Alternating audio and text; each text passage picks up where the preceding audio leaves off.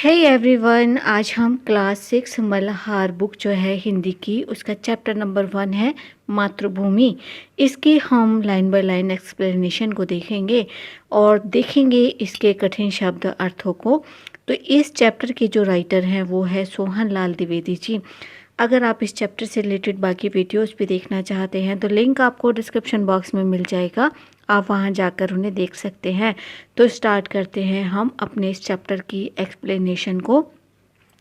तो जो पंक्तियां यहाँ पर दी गई हैं वो है, ऊंचा खड़ा हिमालय आकाश झूमता है, नीचे चरण तले झुक नित सिंधु झूमता है। तो जो सिंधु है वो एक नदी है जो कि हिमालय के चरणों से होकर निकलती है। और आकाश चूमता है कि मतलब है कि हिमालय जो है वो बहुत बड़ा है, ऐसा लगता है नीचे से देखने पर जैसे कि वो आकाश को छू रहा है। तो इसका जो भावार्थ होगा वो होगा कि प्रस्तुत पंक्तियों में कवि ने भारत की भौगोलिक विशेषताओं और प्राकृतिक सुंदरता का गुणगान किया है। भारत की उत्तर दिशा में हिमालय को कवि ने ऐसा दर्शाया है कि मानो वो गगनचुंबी हो, यानी आकाश को चूम रहा हो। इसके साथ ही हिमालय भारत की रक्षा का प्रतीक भी माना जाता है, जो देश की शक्ति और अडिगता का प्रतीक है। दक्षिण दिशा में विशाल हिंद महासागर जो है हिमालय के चरणों से होकर गुजरता है और अपने उल्लास को वो प्रकट करता है। नित्य सिंधु झूमता है का मतलब यही है कि जो दरिया है हिंद महासागर, जो सिंधु नदी है वो हिमालय के चरणों में होकर गुजरती है और ऊपर से जो हिमालय है वो इतना ऊंचा नज़र आता है कि लगता है मानो आकाश को छू रहा हो। तो जो अगली पंक्तियां हैं वो है, गंगा यमुना त्रिवेणी नदियाँ लहर रही हैं, जगमग छटा निराली पग पग छहर रही हैं। तो यहाँ पर गंगा, यमुना और सरस्वती की नदियों को त्रिवेणी के नाम से जाना गया है और इनकी छटा जो है बहुत निराली है। तो कवि ने भारत की पवित्र नदियों गंगा, यमुना और सरस्वती के त्रिवेणी संगम की महिमा का यहाँ पर वर्णन किया है। यह नदियाँ समस्त भारत में कल कल करती हुई बहती हैं और अपनी अनुपम जगमगाती छटा का प्रदर्शन करती हमें नजर आती हैं। पर्वतीय झरनों की मधुर ध्वनि और नदियों की लहरों की चंचलता भारत की प्राकृतिक संपदा को और अधिक भव्य बनाती है, क्योंकि जो नदियां हैं वो इतने अठलाती खिलखिलाती हुई पूरे भारत में घूमती हैं और धरती को बहुत ही उपजाऊ बनाती हैं, जिससे इनकी छटा बड़ी ही निराली बन जाती हैं। तो नेक्स्ट पंक्तियां हैं, वह पुण्य भूमि मेरी, वह स्वर्ण भूमि मेरी, वह जन्म भूमि मेरी, वह मातृभूमि मेरी। तो यहाँ पर जो पुण्य भूमि, स्वर्ण भूमि, जन्मभूमि और मातृभूमि, ये 4 तरीके से कवि ने भारत की धरती को हमारे सामने रखा। प्रस्तुत पंक्तियों में कवि ने अपनी जन्मभूमि भारत की महानता और पवित्रता का भावनात्मक रूप से वर्णन किया है। कवि अपने देश को पुण्य भूमि और स्वर्ण भूमि कहकर इसका गौरव बढ़ाता है। वो बड़े गर्व से कहता है कि मेरा जन्म इसी पावन भूमि पर हुआ है, जिसे वह अपनी माँ के समान ही पूज्य मानता है और जिससे उसका गहरा आत्मीय संबंध है।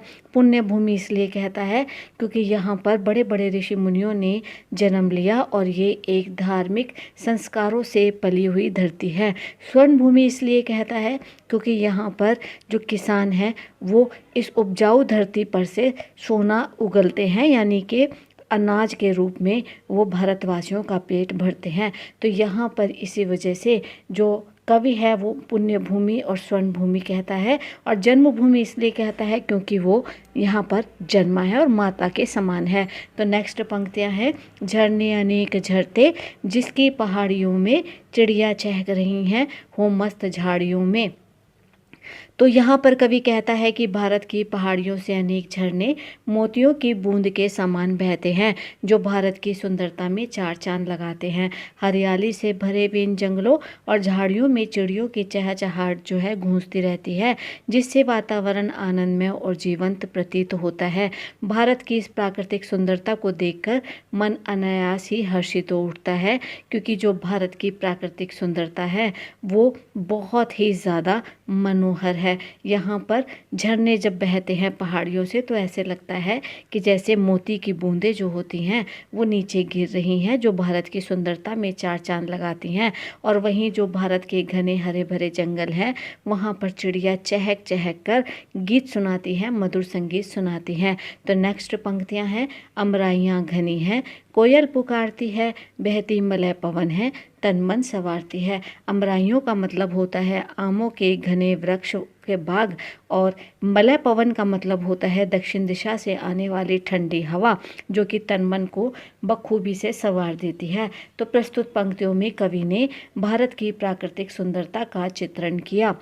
पहली पंक्ति में कवि ने भारत की प्राकृतिक सुंदरता का वर्णन किया, जहाँ हरे भरे आम के वृक्ष हैं और आम के वृक्षों में कोयल है और वो अपने मधुर संगीत से लोगों को सुगंधित करती है, और वहाँ घने आम के जो बाग हैं अपनी शीतल छाया प्रदान करते हैं, और इसी के साथ मंद मंद मलय पवन दक्षिण दिशा से जो चलने वाली शीतल हवा है वो प्रवाहित होती है, जो न केवल शरीर को शीतलता प्रदान करती है बल्कि मन को भी प्रसन्नता और स्फूर्ति से भर देती है। तो यहाँ पर मलय पवन दक्षिण दिशा से बहने वाली बड़ी ही शीतल ठंडी हवा है, जो कि सुगंध से भरी हुई। तो इन पंक्तियों में कवि ने आम के घने जंगल और उसमें पुकारती हुई कोयल और दक्षिण दिशा से आने वाली ठंडी ठंडी हवा का वर्णन किया कि वो किस प्रकार से मन को मोह लेते हैं। तो चलिए देख लेते हैं नेक्स्ट पंक्तियों को। तो अगली पंक्तियां हैं, वह धर्म भूमि मेरी, वह कर्म भूमि मेरी, वह जन्म भूमि मेरी, वह मातृभूमि मेरी।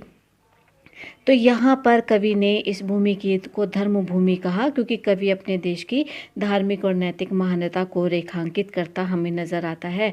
भारत को धर्म भूमि इसलिए कहा गया है क्योंकि यह धार्मिकता का केंद्र रही है। साथ ही इसे कर्म भूमि भी कहा गया क्योंकि यह परिश्रम और वीरता का प्रतीक है। यही वह भूमि है जहाँ कवि ने जन्म लिया था और जिसे वो अपनी मातृभूमि के रूप में भी सम्मान देता हमें नजर आता है, क्योंकि उसने यहाँ जन्म लिया है इसलिए वो इस धरती को अपनी माँ के समान मानता है। और धर्म भूमि इसलिए क्योंकि धार्मिक है, नैतिक महानता है, और कर्म भूमि इसलिए क्योंकि यहाँ परिश्रम किया जाता है और अनेक वीर यहाँ पैदा हुए।